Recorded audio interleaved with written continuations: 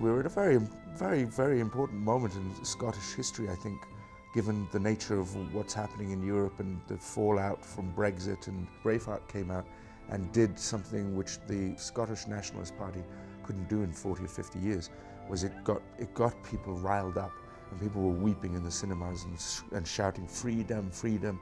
And 2 years later, Scotland had a Scottish Parliament for the first time. I do hope that the Scots will embrace it, even though it's been made by a bunch of Aussies, and there's a few Irishmen in there and a couple of Englishmen and some Americans.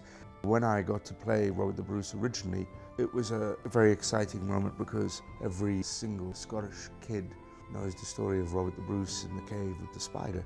And so when we did Braveheart, the film just stopped at that point. And I was like, well, it would be wonderful to be able to tell the rest of the story of how Scotland actually got its independence. So for several years that gestated, and then eventually the co-writer Eric Belgo and I went off to a cabin in Europe, and we basically started writing the first version of the story. The beautiful thing about independent film is that you get to travel and work with communities that hasn't necessarily made a lot of films, because often it's better to go to places that haven't got a lot of film work if you're not chasing a tax credit, because they're just so excited. This element of travel is also what inspires the crew and the cast to want to come on the journey with you. Yeah, so Montana might feel like a weird choice, but actually we just finished a film there, and a lot of Robert the Bruce takes place in a peasant's hut that's in a snowy mountain. Great thing about Montana is it has a long winter, and we just made all the connections, just met all the locations. So we knew we could get a lot of it in Montana. And then working with Cyrus Wallace, who worked on Braveheart, he was a contact of ours that we could, and a historian for all things Scotland, that we could call upon with photos and say, hey, is this place in Scotland? Does this match Montana?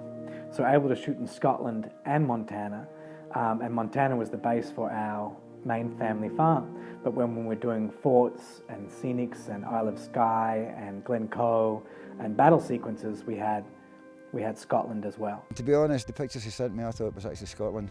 So to come to Montana to see this, it seems to be in the same parallel, same mountains, and a lot of times I've just felt like home here, So as a location for Scotland, I just defy anybody to pinpoint where these differences are, because I'm not going to tell them. I thought maybe a Scottish film in Montana wouldn't look as legitimate, and what changed my mind was our great friend Cyrus Wallace. We FaceTimed him in Scotland, and immediately the shots we sent him, he said, this is such and such area of Scotland, and I'm positive it's Scotland, and it looks identical to it. And Richie and I gave a high five, and I said, I'm in.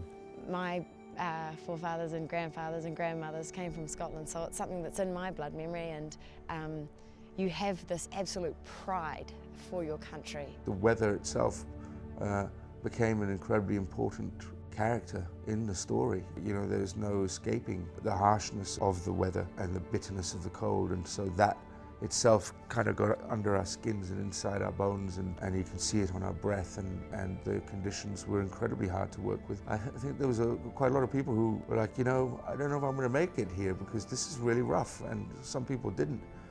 And I think the only thing that kept us going was Richie showed us a montage of scenes every week, which would reduce people to tears, and we would realize that we were working on something which was actually quite good, and that sort of fortified us for the next week.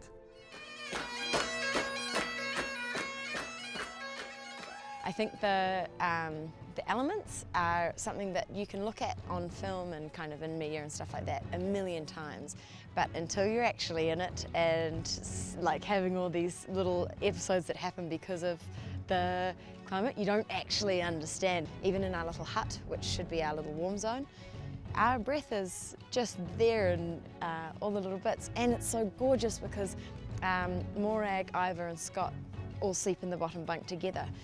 And when we're huddling to keep warm, it's because we're really bloody trying to keep warm. It is, it's just the most honest thing, and every single thing has just added to it 100-fold. These were the coldest conditions we've ever worked in, and the hardest thing that I've ever done. And we felt blessed a lot in the shoot because we got the locations, the snow, the sun when we wanted it, which often doesn't happen. The beautiful thing about how cold it was the pictures and the performances that we captured because of the cold. The vapor coming out of their mouths and the snow falling. That's not snow machines, that's not CGI vapor. And as tremendously hard as it was for the actors, that allowed them to get into character because they were on that farm and they were cold and they could see what it was like. People really dug deep inside and it's brought out the best in people, and you know, I've never seen a crew work like this before. It's quite awe-inspiring. I loved it right away, and I knew we could make it right away because it wasn't a huge action adventure. The guts of the story is the widow and orphan children that saved the King of Scotland. I am Robert the Bruce. So Angus and I started this journey about 12 years ago. And this particular script was written about 10 years ago. There have been years of frustration and effort leading up to the first day of action on this particular production.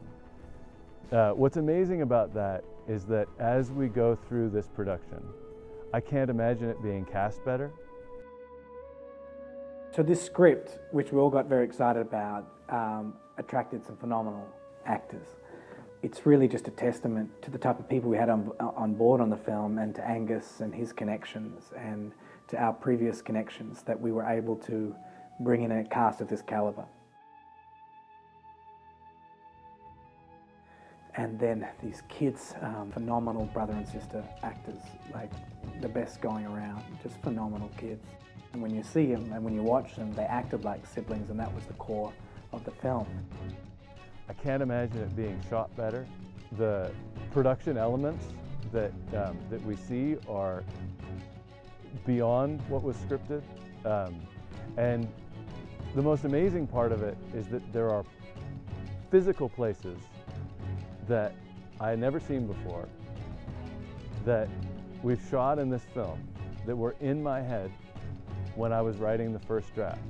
Almost as though this is the place where it was supposed to be done after all that time. It's a modest film, but it's a big story on a huge setting.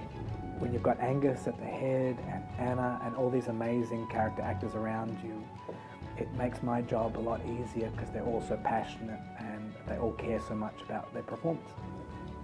Braveheart's one of the movies that made me want to do this as a career when I was in 9th grade when it came out. He is as big of a part of that movie as anyone who made that movie, because he kind of sets up all the dramas based on the arc of Robert the Bruce, who actually was called Braveheart. It took us 11 years to make this film, and I don't know why it took so long, but in a way, it was because it was meant to happen right at this point. A version of the story was set in France and in Rome and in England and in Scotland. It was jumping around on a gigantic epic historical landscape. We came up with the notion of trying to make it more intimate about this family of people who live on a croft and basically have nothing, but they find this guy who's basically at death's door lying in the snow, and it's Robert the Bruce. Morag is a Scottish peasant woman. We meet her at a pretty tough time. She's looking after the farm all by herself. She has the children. Her beautiful Scot is her life and her light, because the love that a mother has for her son, just the strongest thing. In that process of making it more intimate, we actually ended up making a far better script than we originally had. It became a story of mothers and the sons who go off to war and die generation after generation. Her father fought in the wars. Her husband also fought with Robert the Bruce and died of wounds in the battlefield. So she knows hardships, she knows a really hard life, and she's a very hardy woman herself. The story is about the soul of Scotland. Especially honored, I think, when I showed up and met Shores Wallace, who's kind of the as official as you can get for kind of stories like this, to have someone like that around who knows everything. And I'm a historian. I'm also the 14th Shawnee, and what that means, the storyteller within a family. So the people who stood beside Wallace, they've passed that story down through the generations. So I'm the 14th generation to see this.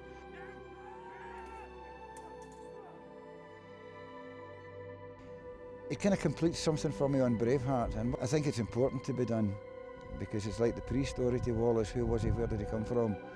But what happened to Bruce?